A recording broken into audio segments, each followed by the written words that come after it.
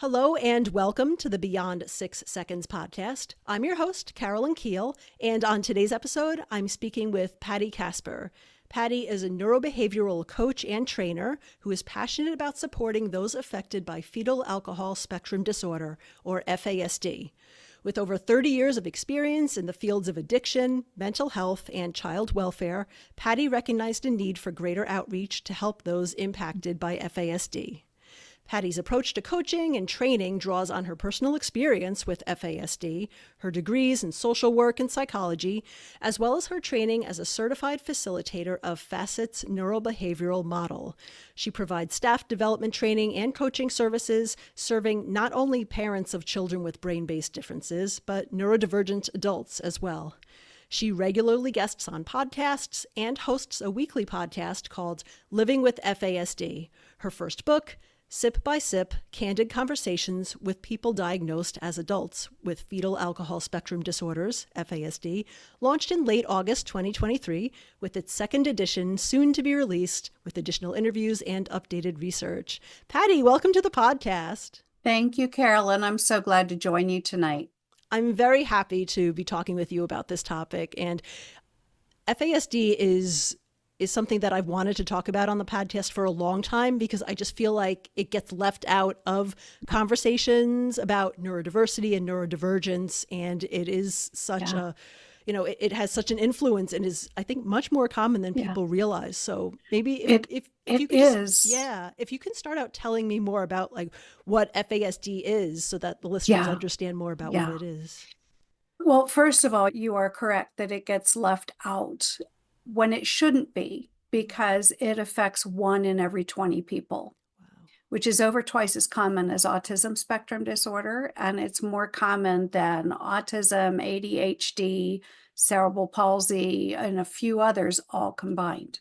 So most people think of a spectrum as a line with going from severely affected to minimally affected. And with fetal alcohol spectrum disorders, which technically is not a diagnosis, it's the umbrella label. Fetal alcohol syndrome is usually thought of as being the most severe form. But that's not true. The facial features actually, all they indicate is that alcohol exposure was on days 17 through 21. That's all that means. So alcohol it's a neurotoxin, right? It dissolves lipids. Well, what do you think all the protective barriers are in your body? They're lipids. So alcohol goes wherever it wants to. It crosses the blood-brain barrier, and it is more dangerous to the preborn baby than any other substance. It's more dangerous than heroin, methamphetamines, any of them. It kills a lot of brain cells outright, and those that it does not kill, it alters the DNA. It alters the DNA through epigenetics. And oddly enough, that also happens because of the father's drinking in the 3 months prior to conception. Alcohol has an impact upon the structure of every cell that it touches. So every system in your body, whether it's the skeletal system, the nervous system, like the central nervous system being the brain and spinal cord, or the peripheral nerves, the immunology system, the digestive system, the heart, circulatory system, no matter what system is being developed at the time of exposure, it will be altered. Wow. So it is a whole body diagnosis. And there was a survey that came out a few years ago from the Adult Leadership Collaboration of the FASD Changemakers. It's an international group of young people living with FASD whose motto is "Nothing about us without us." They partner with researchers all over the world, and they want to make sure they have a seat at the table. Not to be trotted out as the token example and then shushed up again, but really partnering with the researchers to to steer them towards what's relevant and what's not relevant, and what is falsely associated with that narrow view of what is FASD, because in too many people's minds, it's still that 10% of the population, which is FAS. Wow. So I hear from families all the time. I wondered about that. So many parents are adoptive. And of course, from the foster care system, we know that, up to 95% of kids are in the system because of parental substance use. Well, not all of them were using substances during pregnancy, Mhm. but parents who are fostering or adopting can rightly assume that this is something that needs to be ruled out. Mhm. And so often they're told, oh, he or she doesn't have the face. Oh. Your kid's, fine. Yeah, there's issues, but really, really, it's fine. It's not alcohol related because they don't have the changes to the facial features. And the FAS is the only diagnosis under the umbrella where you see the characteristic facial features. And what those are, your viewers will probably be familiar with. There's small eye openings, which you can see I have. This is called the philtrum, and it is oftentimes it's elongated, but it's usually generally flatter than most. All right, it's not distinct. And there's often also a non-existent or very thin upper lip. Okay. So some of the older diagrams have many more anomalies drawn on them, but the only ones that are reliably alcohol exposed are those three. But there's a number of other telltale quirks with body development that should be picked up on Mhm. by pediatricians, but so often are not because the face isn't there. Oh. And the other problem with the face being the thing that people look for is, aside from the fact that it's only 10% of us, as we hit puberty, our faces morph into our adult likenesses. None of us are walking around with our baby face. Mhm. Mhm. Mhm. And so features that were once clear are, maybe not observable anymore. So I have a few baby pictures, but in order to have FAS confirmed for me, I would have to take them and also go and be subjected to the very few number of people who are actually trained to assess that. What kind of And cognitive challenges are seen with well, FASD? it is the number one preventable cause of developmental disabilities, learning disabilities, and intellectual disabilities. However, in saying that, many people assume that people with FASD are very intellectually challenged and in need of lifelong services because of their lack of, or because of their very low IQ score. And that's very misleading. In testing, a large sample of people for their IQ, the IQs range anywhere from 20, which is like down in the basement, all the way up past 135. Mm-hmm. So 135 is well into the gifted range. And it's everywhere in between. But in order to qualify for disability services, it's either intellectual functioning or it's adaptive functioning. And the adaptive functioning is where we tend to have so many of the problems. So there's a lot of misinformation. One of those things is it's safe to drink until it's pink, and then you got to put the bottle away. Right? Once you know you're pregnant, then you have to stop. Oh, got it. However, think back to what I said about those facial features pop up if alcohol exposure is between days 17 and 21. Mm-hmm. And why is that? It's because those are the 5 days during the entire pregnancy where the tissues are formed that later become the facial structures. Oh. And that's interesting because probably many women don't even know that they're pregnant at that They point. don't, not that early. Yeah. They don't. Yeah. So one of the things that I did in my way long ago life was I tried to go through nursing school, and I was there long enough to have learned that it just wasn't a good match for my strengths and challenges. Mm-hmm. But I was there long enough to have been shocked by the fact that up to 1/3 of women continue their monthly cycles through their 3rd month of pregnancy. Wow.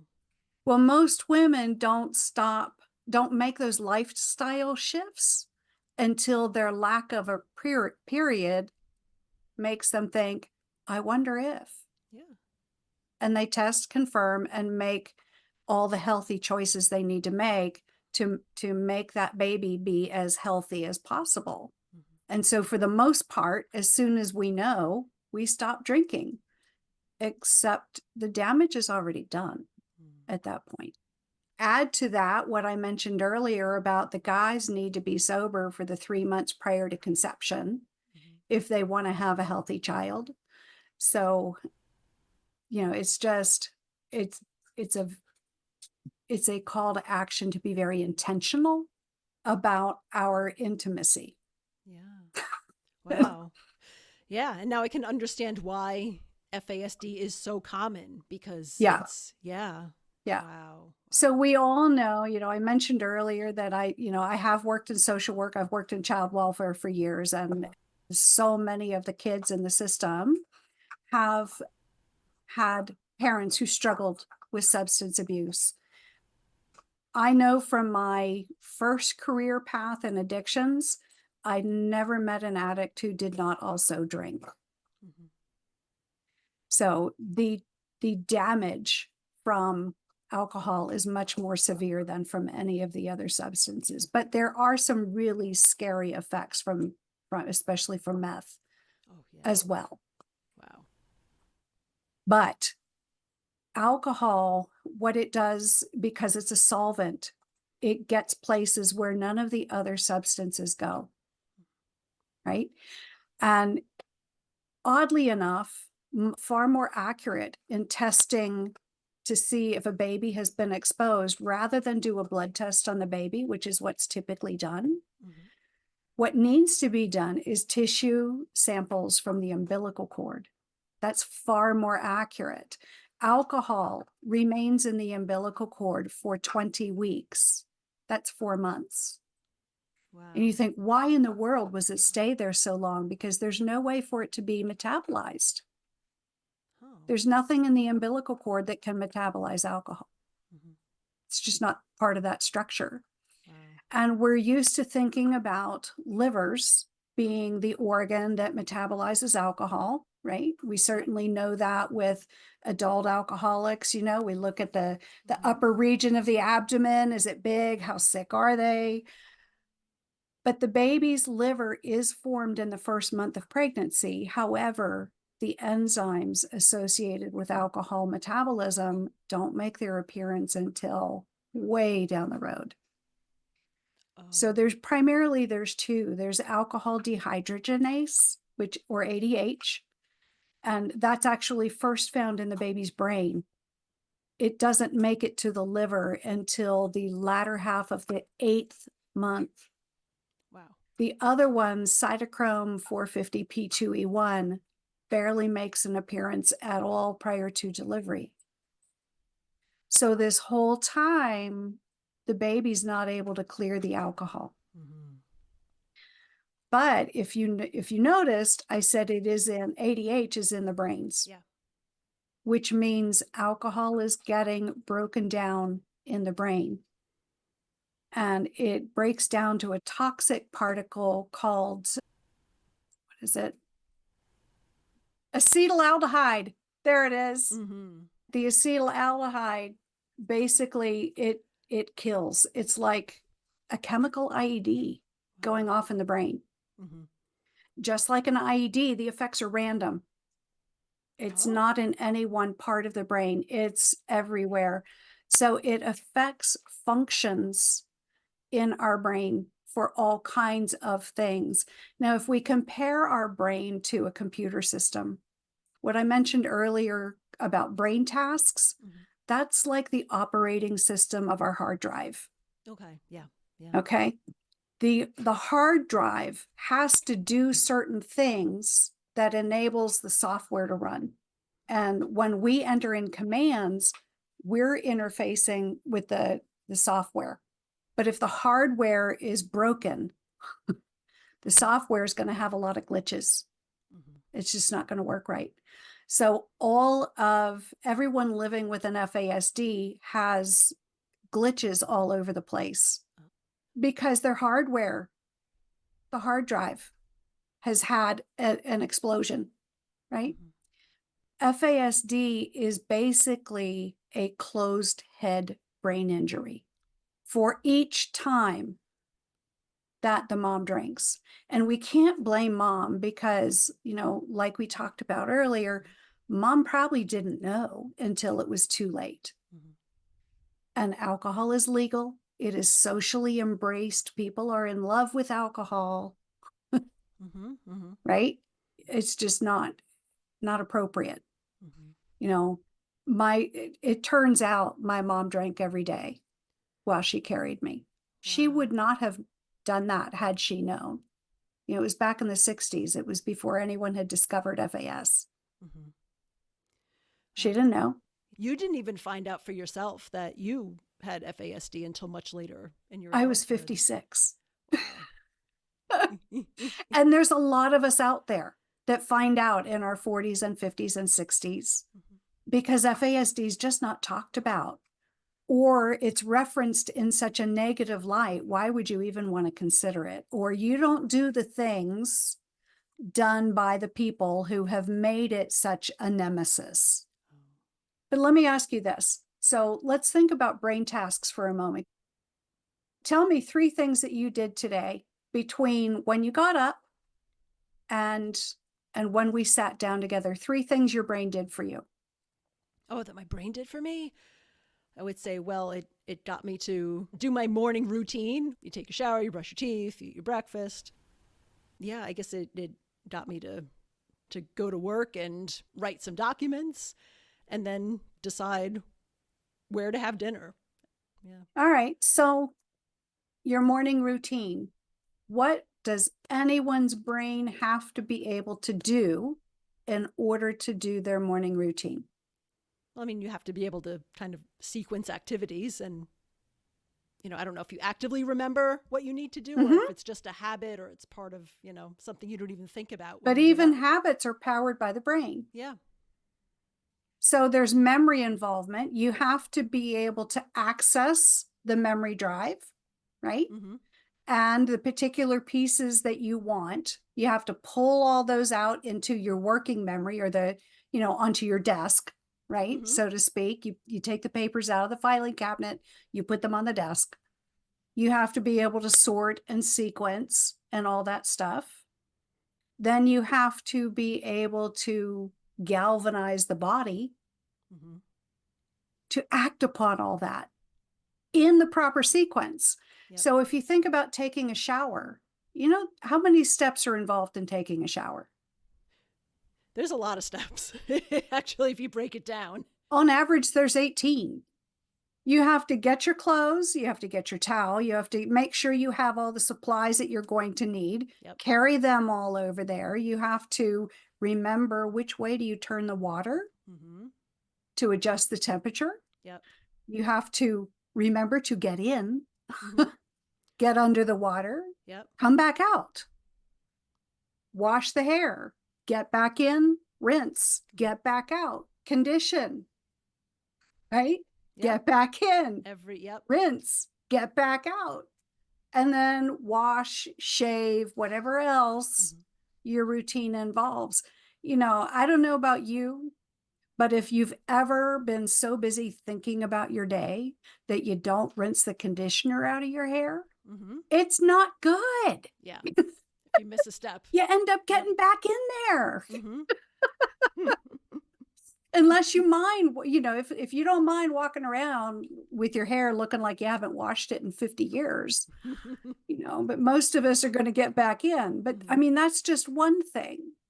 The point of all that is we take for granted everything our brains do for us. We think in terms of activities or behaviors, but the problems are the underlying brain tasks. And that's what like the neurobehavioral model is based on, where it really gets into all the different aspects of brain function that make behaviors possible. As humans, we are so used to talking about good behavior, bad behavior. Behavior's not moral. It just is what it is. I mean, if you look the word up, it talks about the way a living organism operates, whether it's plant, animal, or person, right?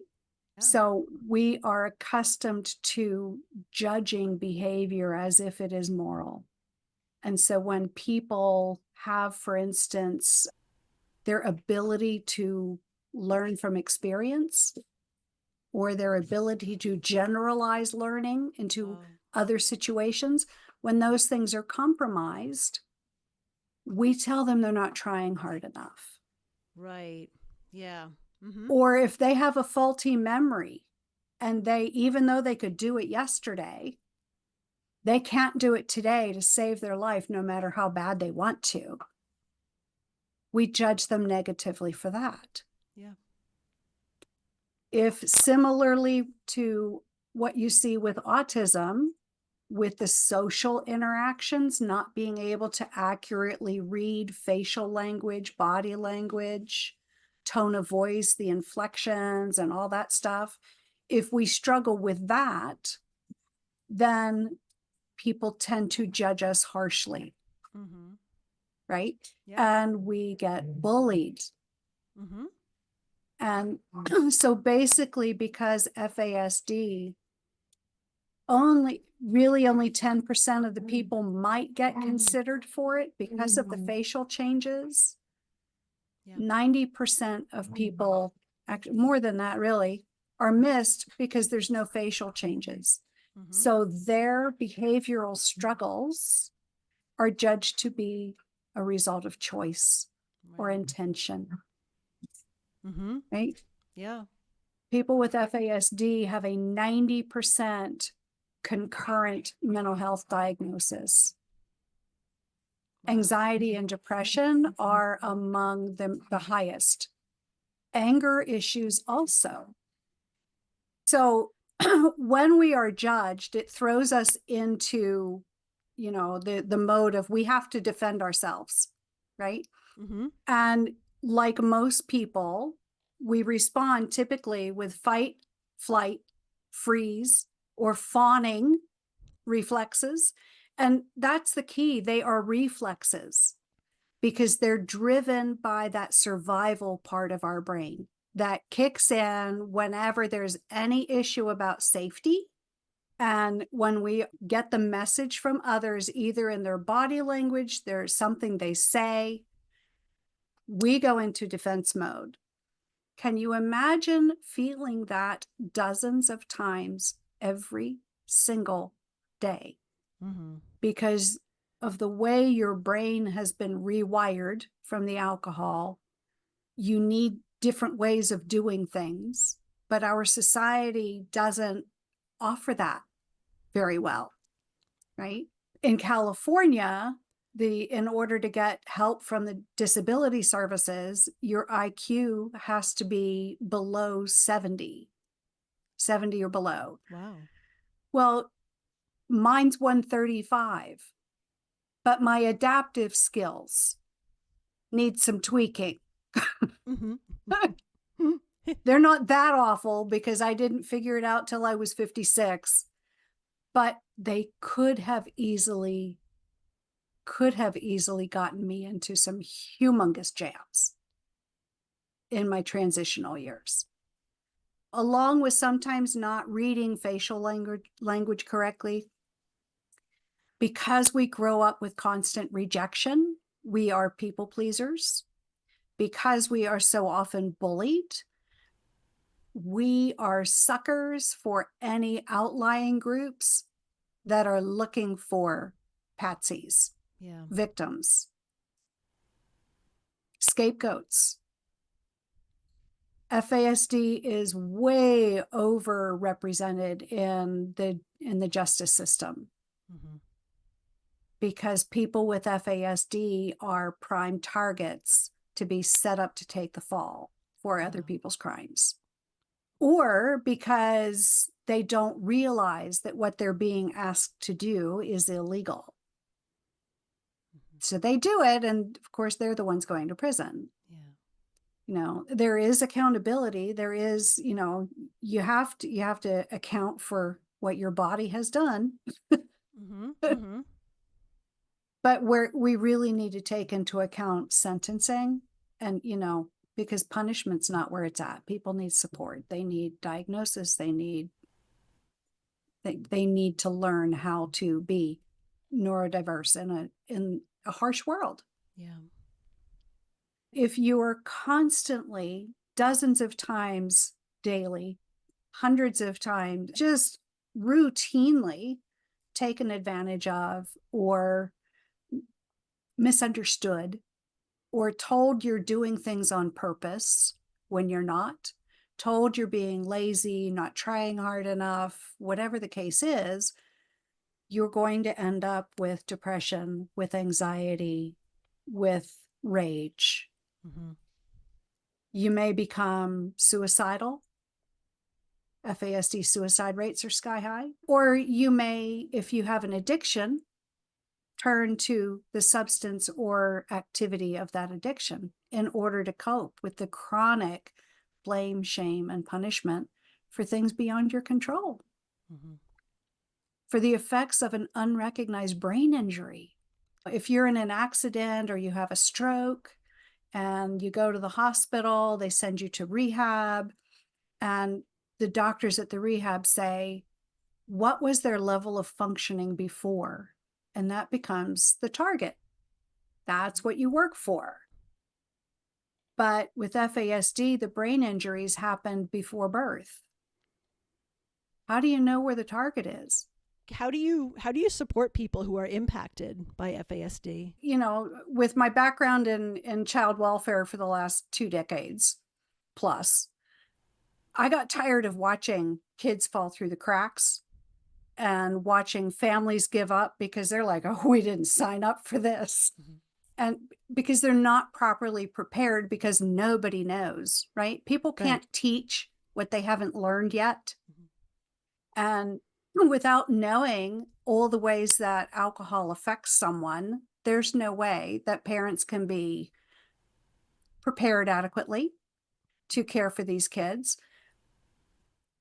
And so I tried trauma training, right? I became a TBRI practitioner, and that was good, but it wasn't enough. And a friend of mine said, my 3 kids all have FAS.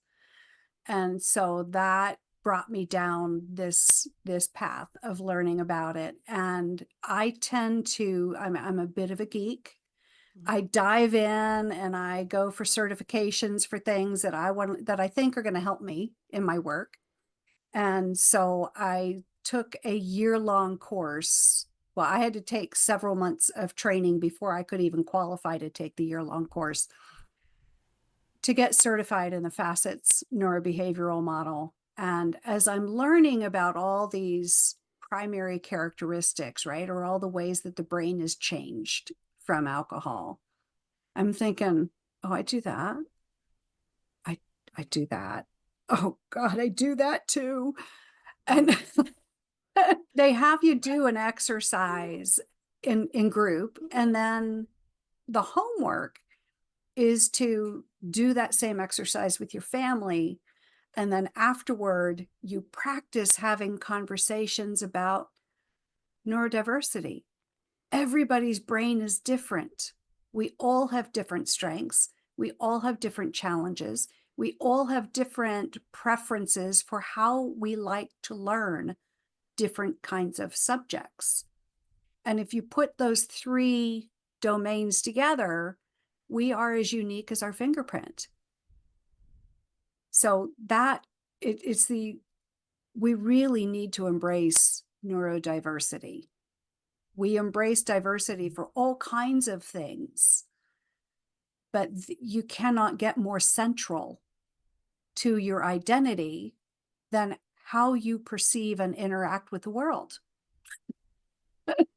Very Which true. is all about brain. And so my husband happened to be walking through the room as I was having a conversation with my mom, having just completed the exercise with her. She lives with us, so she's the guinea pig. And he very flippantly said, "Oh, so that's what's wrong with you." He's just being a sarcastic jerk, right? Didn't mean anything. He thought he was funny. And he was. But and I turned to him and my eyebrows shot up. I'm like, "I don't know." And I turned back to my mom and I said, "Mom, did you drink while you carried me?" She's like, "Oh yeah, every day." With such surprise, as if to say, "Doesn't everybody?" Because back then everybody did.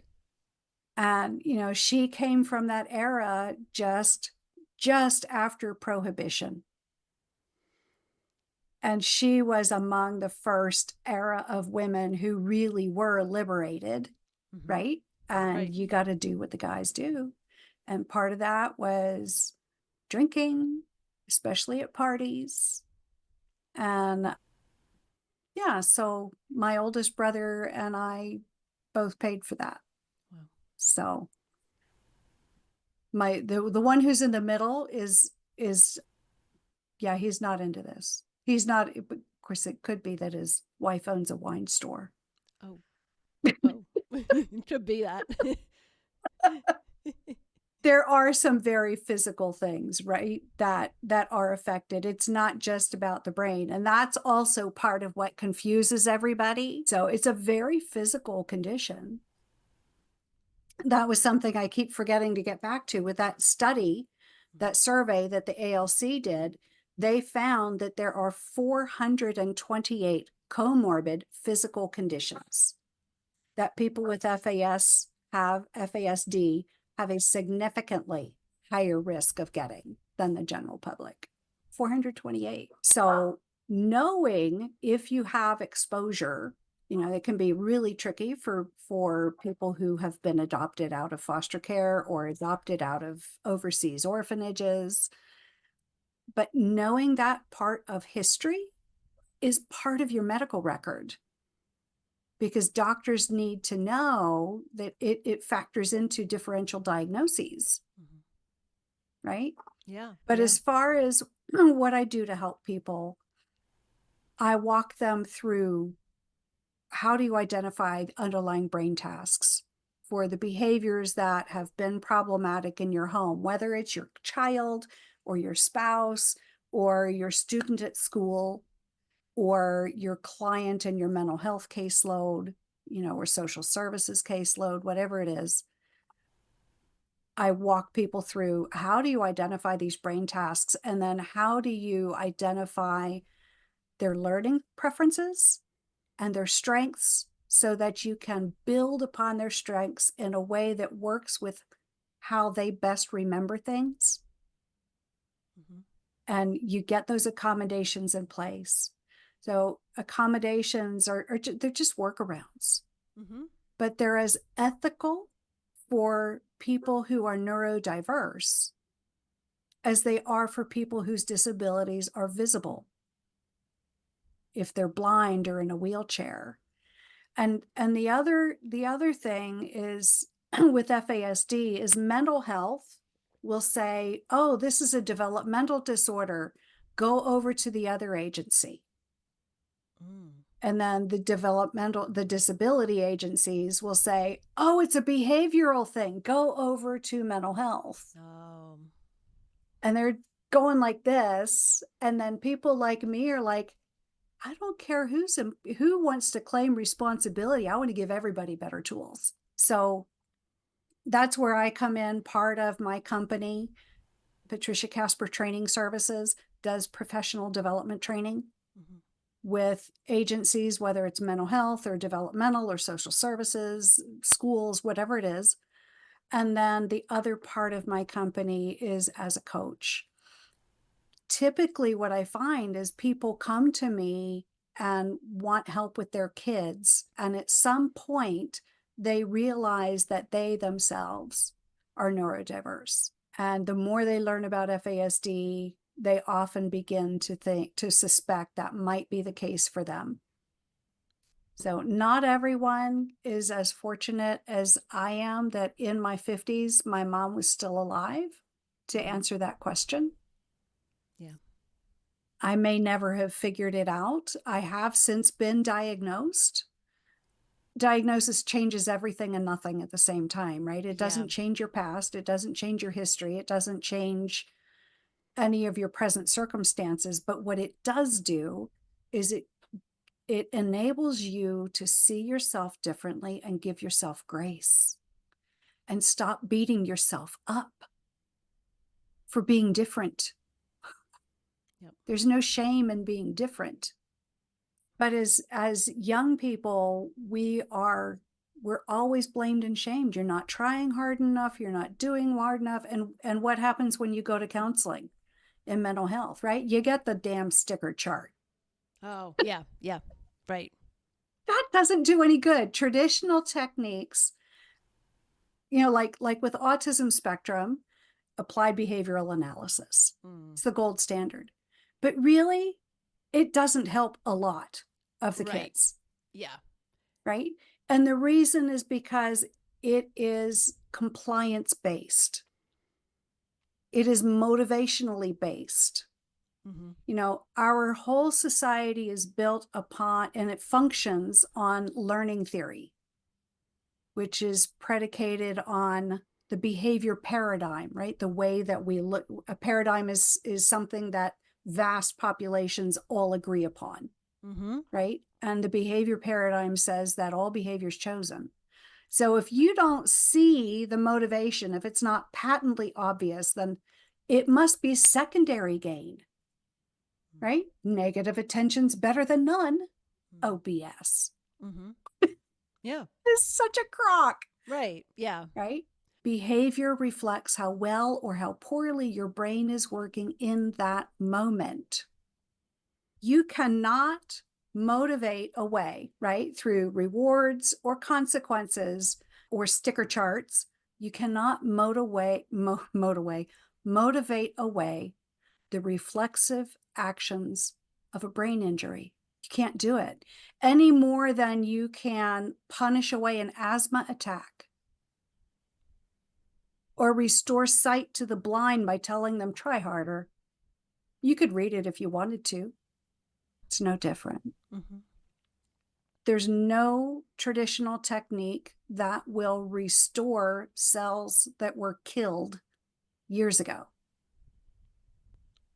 But what we can do is develop those workarounds, right? We can still do just about anything. We just do things differently. Yeah. And building an understanding of that in society is really important, that people understand more that behavior is not about, especially with neurodivergent people, often is not about a choice. It is literally our brains and the situations that we're in and how they interact. Yeah. Yeah.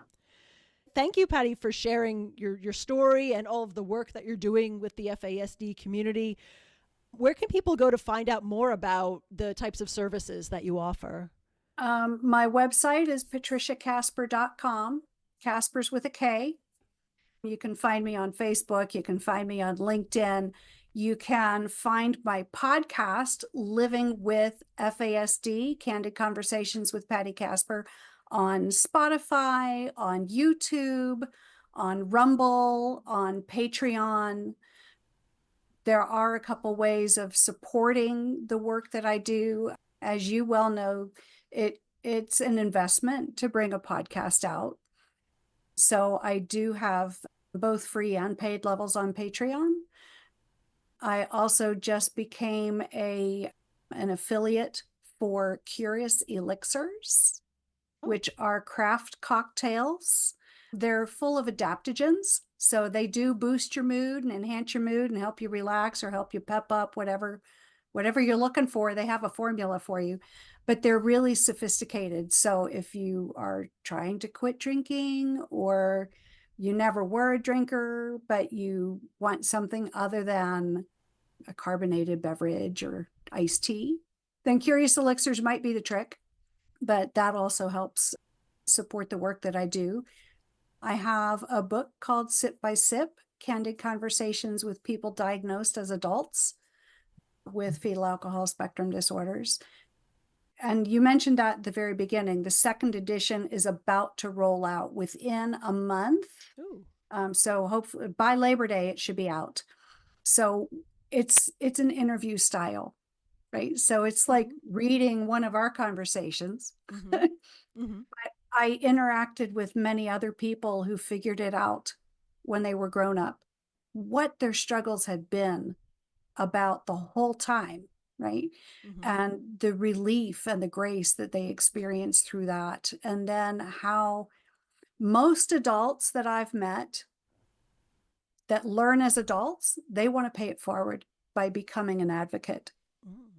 So I always support the work of those who are doing the same kind of thing. With my clientele, I have a 4-month package for parents of littles with FASD. I have a 4-month package for neurodivergent adults where I go through the nuts and bolts of the neurobehavioral or neurodevelopmental approach. But I also, if it's parents of littles, I also fold in a lot of other things like generational parenting styles and that kind of thing, trauma. Wow.